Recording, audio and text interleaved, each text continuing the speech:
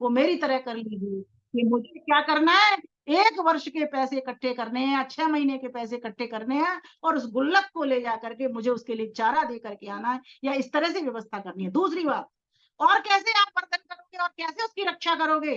जो माँ, गाय माँ तुम्हारी रक्षा कर रही है, कैसे करोगे उसकी? बोले जो पॉलीथीन खा रही हैं उन पॉलीथीनों का कम प्रयोग करिए, जब ज्यादा ही अटक जाए आपकी तभी करिए, नहीं तो मत करिए। घर से थैला ले जाओ सामान लाने के लिए, कागज के थैले इस्तेमाल कर लो, आजकल तो बहुत लोगों ने सब प्रारंभिक कर दिया है।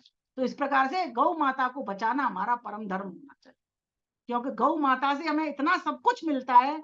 गौ माता से हमें हमारी औषधि मतलब रोगों की चिकित्सा भी होती है, उसके गोमय से, उसके मूत्र से, है ना। और गौ माता के वास्तु कहा जाता है, गौशाला में अगर कोई व्यक्ति बहुत रोगी हो, जिसकी ऑक्सीजन कम हो रही हो, गौशाला में उसको रख दिया जाए, ऐसा शोधकर्ता लोग बताते हैं। तो कहते हैं वो वेंटिलेटर का भी काम। सोचो क्यों? क्योंकि उसके भीतर एक सूर्य केतु नाड़ी होती है। सूर्य केतु नाड़ी के द्वारा ही जो दूध भी आता है उसका पीले रंग का आता है, और वो दूध भी हमारे लिए इतना फायदेमंद होता है, इतना पाचक होता है। जैसे किसी की माता के आंचल से अगर दूध नहीं आ रहा हो, तो अगर वो दूध को वो पीना शुरू कर दे गाय के माता के को, तो वो पूर्ति कर देता है। तो ये बच्चा आ गया हमारा, हमें गोपाल बनाने की बात बताने के लिए आ गया। तो हम सभी गोपाल बने, गौ माता का दूध पिए, है ना, गौ माता के दूध का बना हुआ दही खाएं, गौ माता के दूध से बना हुआ मक्खन खाएं। इस प्रकार से गौ माता का हम पालन करें, पोषण करें। गौ माता से बने हुए आजकल प्रोडक्ट साबुन आदि हैं, उनका भी इस्तेमाल करें। तो इस प्रकार से गौ माता को स्वयं घर में लेकर के। अब उसके बाद आता है भैया दूज। वो क्या सिखाने के लिए आया? वो कहने के लिए आया है, माँ भ्राता भ्रातरम दो छन्मा सुसारम सुसार सम्यंच सभ्रता भूता वाचम मदद भद्रे। भाई भाई से द्वेष न करे, भाई बहन से द्वेष न करे, बहन भाई से द्वेष न करे, सब मिलजुल करके बैठे, एक दूसरे से सम्यक शांति पूर्वक वार्ता करें, प्रेम पूर्वक वार्ता करें।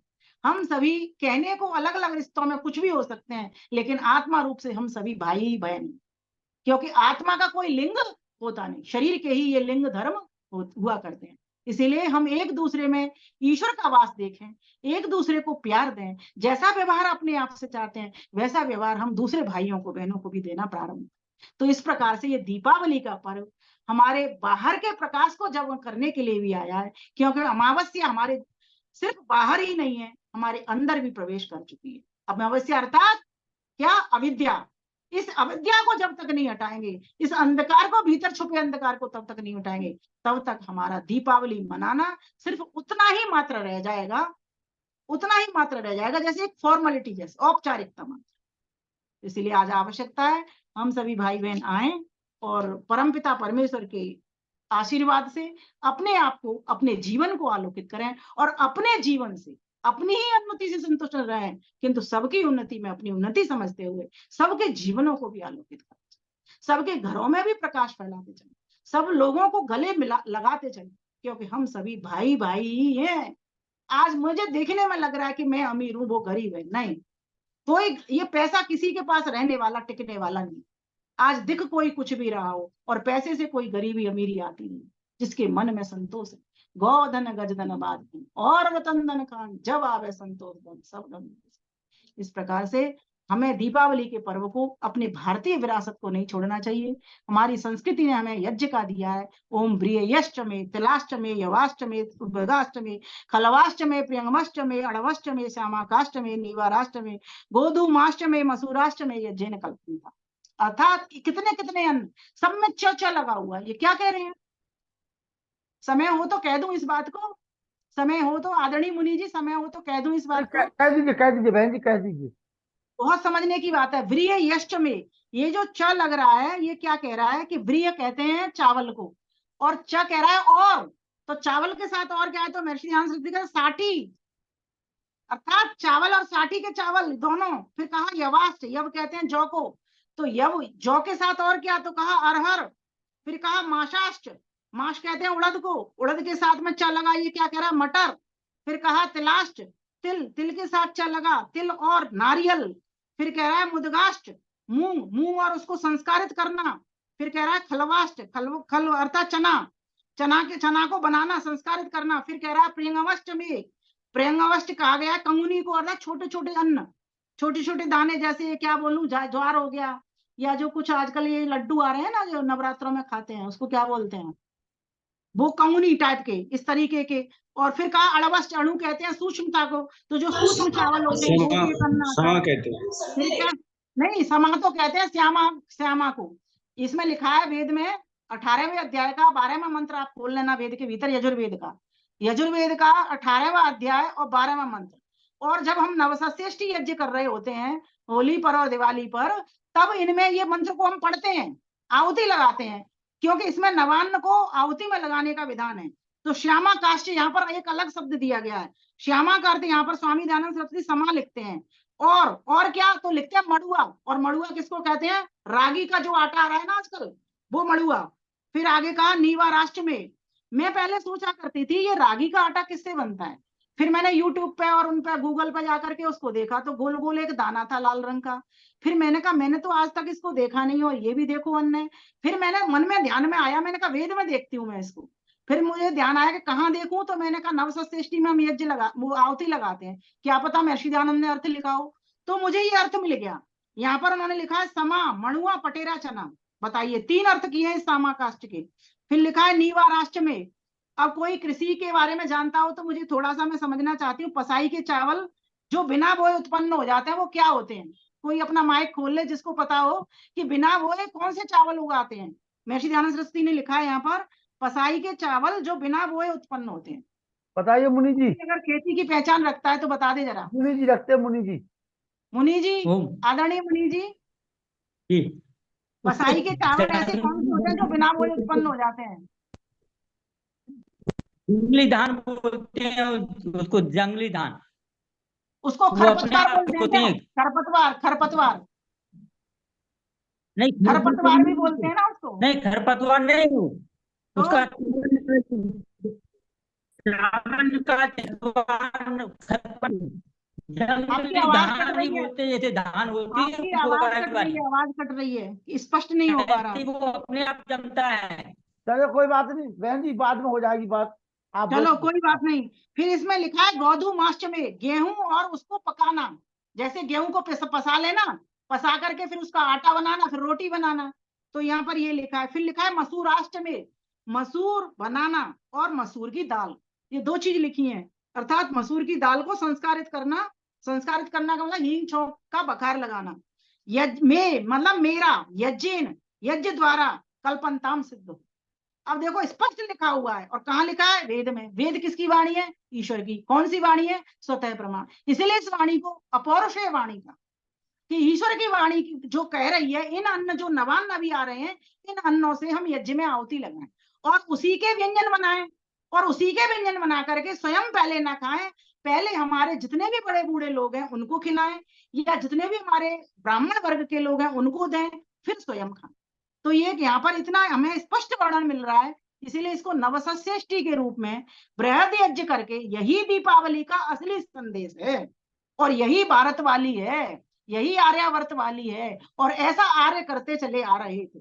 इसलिए आज आवश्यकता है इन बृहद यज्ञों को हम घर घर में पहुंचाने का प्रयास करें। हम स्वयं पहले स्वयं शुद्ध उच्चारण सीखें, उन मंत्रों का अर्थ सीखें, उन मंत्रों के अर्थ के द्वारा, शब्द अर्थ के द्वारा संबंध बनाना सीखें ईश्वर से। जब तक ईश्वर से संबंध नहीं बनाएंगे, यज्ञ वो उतना फल नहीं दे पाएगा जितना फल हमारा संबंध बना करके हमको मिलना चाहिए।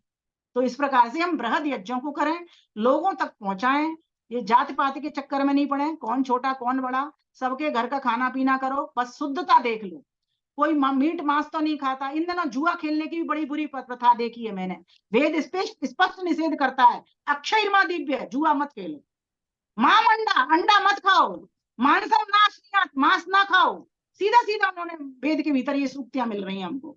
तो बताइए जब वेद ने हमको इतनी आज्ञा दी है, तो क्यों नहीं हम वैदिक सिद्धांतों के द्वारा अपने दीपावली के पर्वों को मनाना प्रारंभ करें। और एक मैं निवेदन करके जाऊंगी, जिनके घर में चाइनीज लाइट है उसको स्वाहा कर दीजिए, मिट्टी के दिए लाइए, जिससे आपके घर में भी प्रकाश हो, और उन गरीब कुम्हार जो बेचारे बनाने में बैठे हुए हैं उनके घर में भी कुछ चूल्हा जल सके। तो इस प्रकार से कुछ कुरीतियों को, बुराइयों को, दुर्गुणों को, दुर्व्यसनों को, अमावस्या रूपी उनको छोड़ने का प्रयास करें, और उसमें पूर्णिमा भरने का प्रयास करें। हमारे भारत की संस्कृति इतनी अच्छी है कि वो निराशा में भी आशा खोज लेती है। अंधेरे में भी वो प्रकाश कर लेती है, अमावस्या में भी वो उत्सव मना लेती है। सोचो, मना रही है क्या नहीं अमावस्या में, अंधेरे में भी वो उत्सव मना रही है।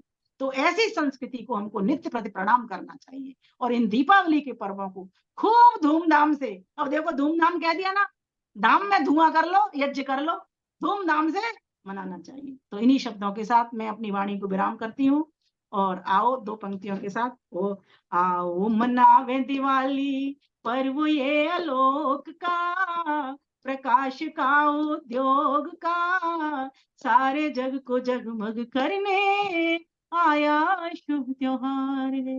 हे प्रभु, मेरे भीतर के अंधकार को तमसो मां ज्योतिर्गम, मुझे अंधेरे से प्रकाश की ओर ले चलो, मुझे अज्ञान अविद्या से ज्ञान की ओर ले चलो। हे प्रभु, ज्योतिषा वादते तम, और मेरा जो भीतर छुपा हुआ, जो मुझे दिखाई नहीं देता, कोने में कुचारे में पड़ा हुआ जो कूड़ा है, उसको भी आप निकाल दीजिए।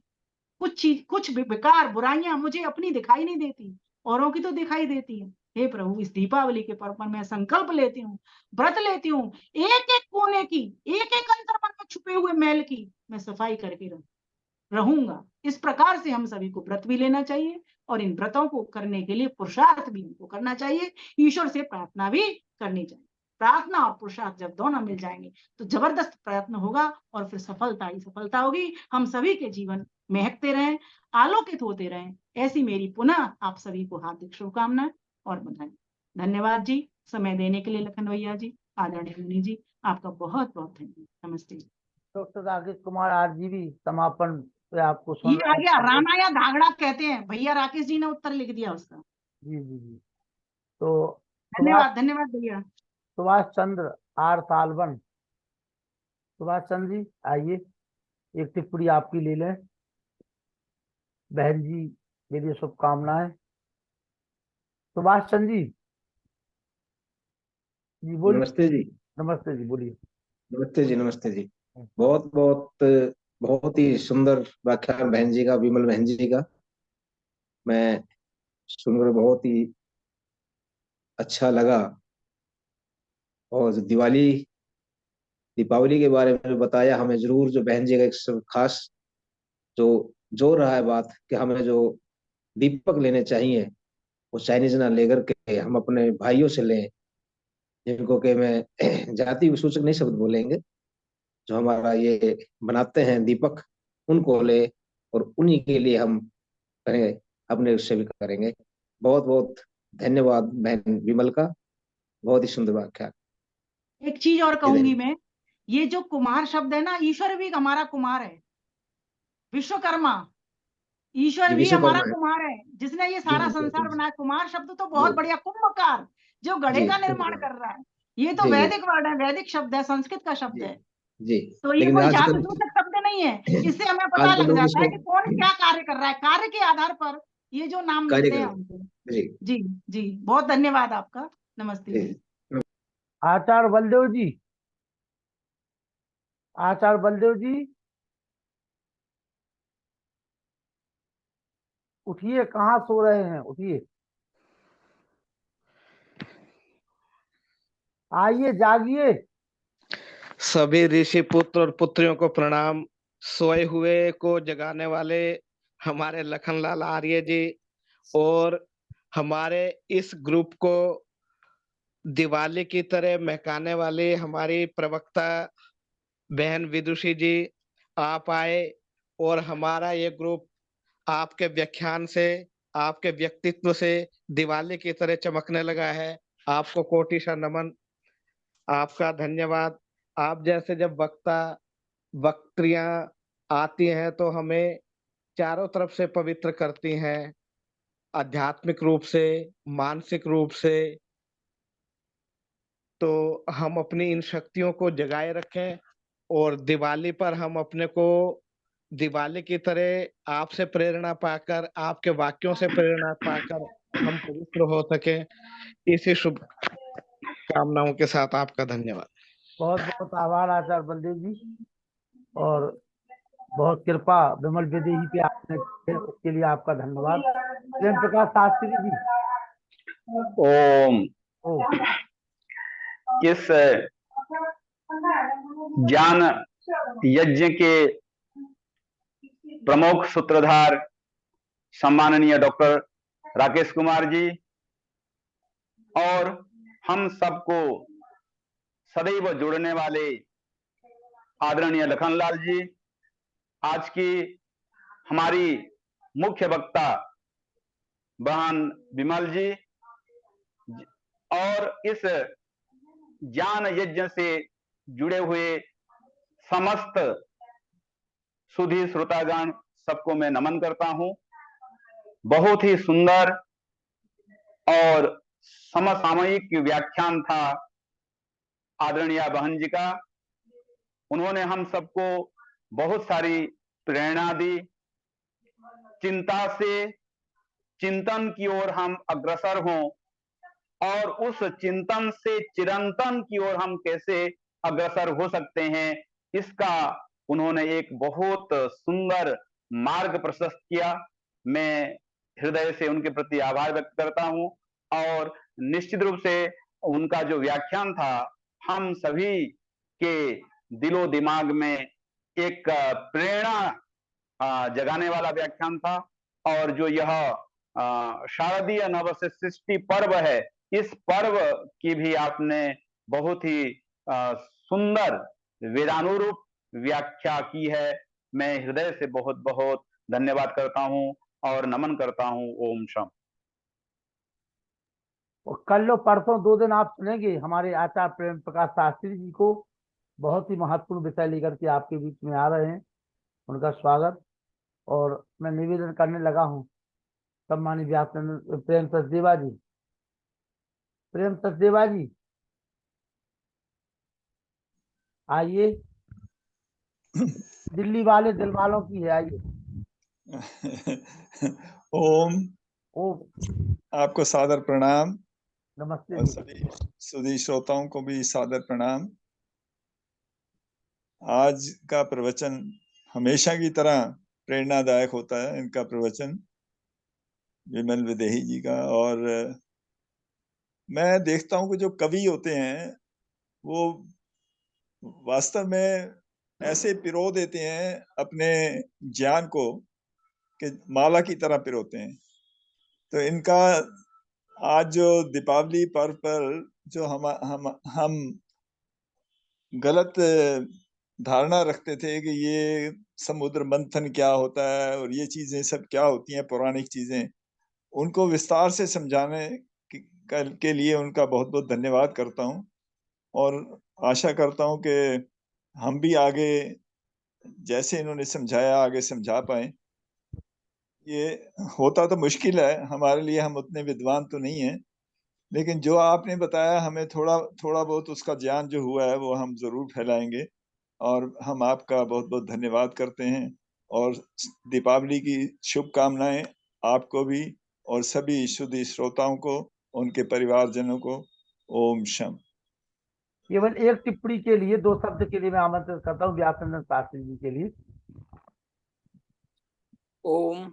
ओम। बहुत बहुत धन्यवाद। अभी हम लोगों ने बड़ा ही सुंदर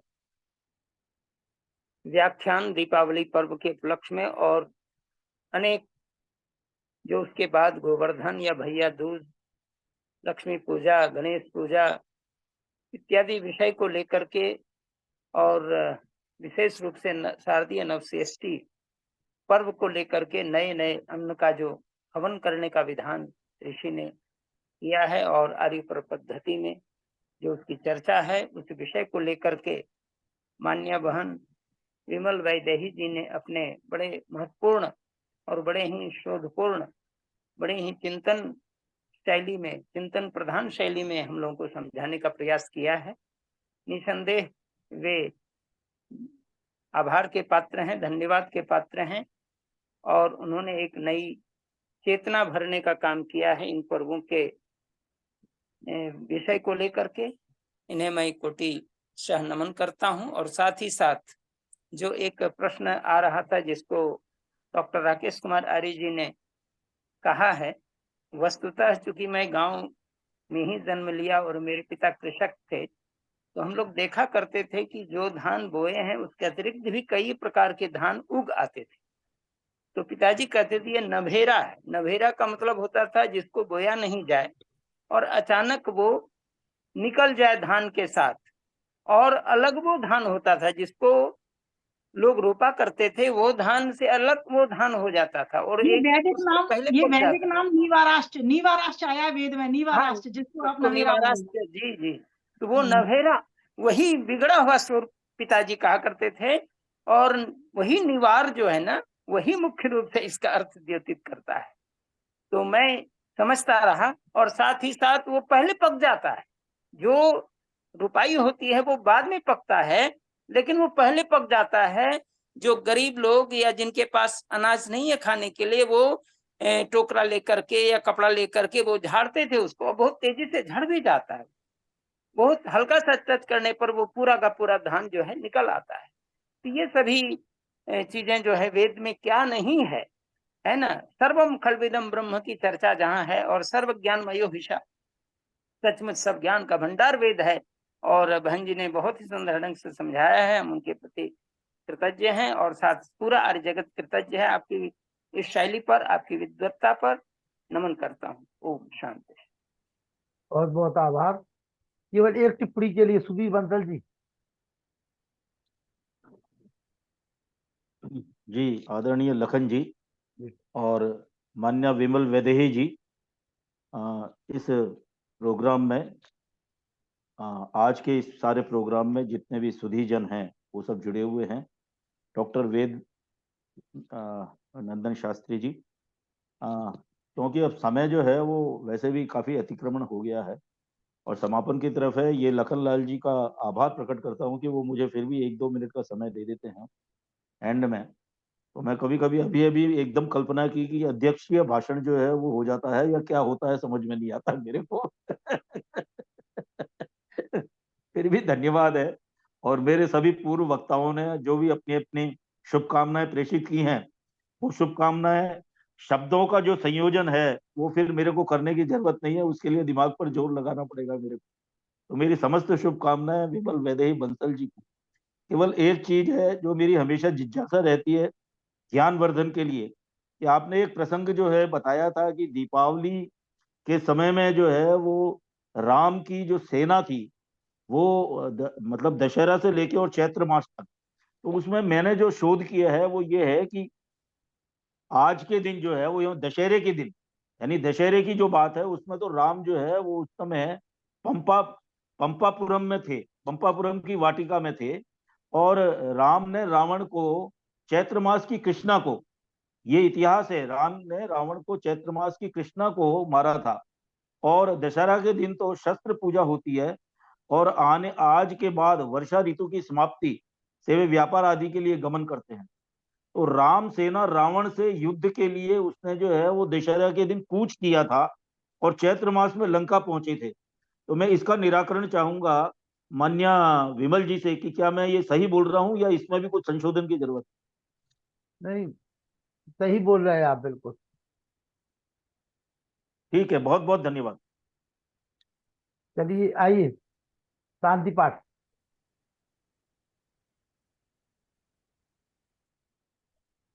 ओम दाऊ शांति अंतरिक्षम शांति पृथ्वी शांति रापा शांति सदय शांति वनस्पतय शांति विश्वे देवा शांति ब्रह्म शांति सर्वम शांति शांति रेव शांति श्यामा शांति वेदी।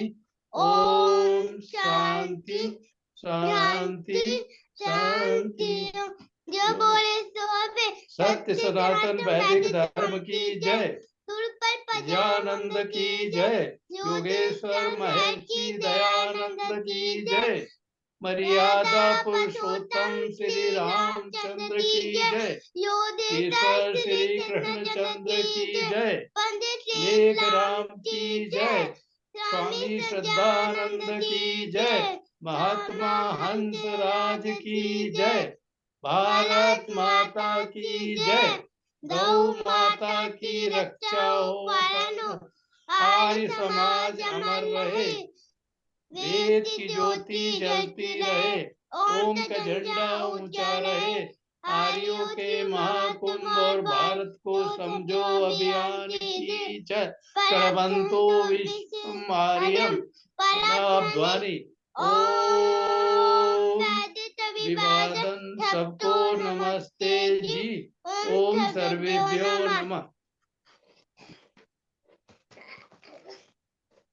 मुनि जी, आपका साउंड चला गया था, अब आवाज आ रही है आपको? मुनि जी, जी आपकी हाँ आवाज जी। नहीं, जब वो पूछ रही थी विमल विदेश जी, तब आपका नेटवर्क चला गया अच्छा था। हाँ हाँ, आवाज नहीं आ पा रही थी। अच्छा।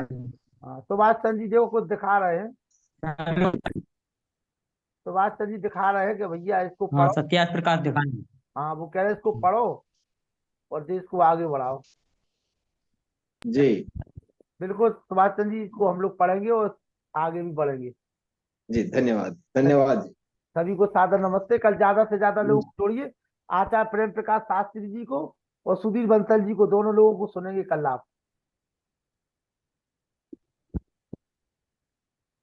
कल सबका जो समय बचता है बोलने के बाद का, वो सुधीर बंसल जी को दे दिया जाएगा। चलिए, शुभ रात्रि।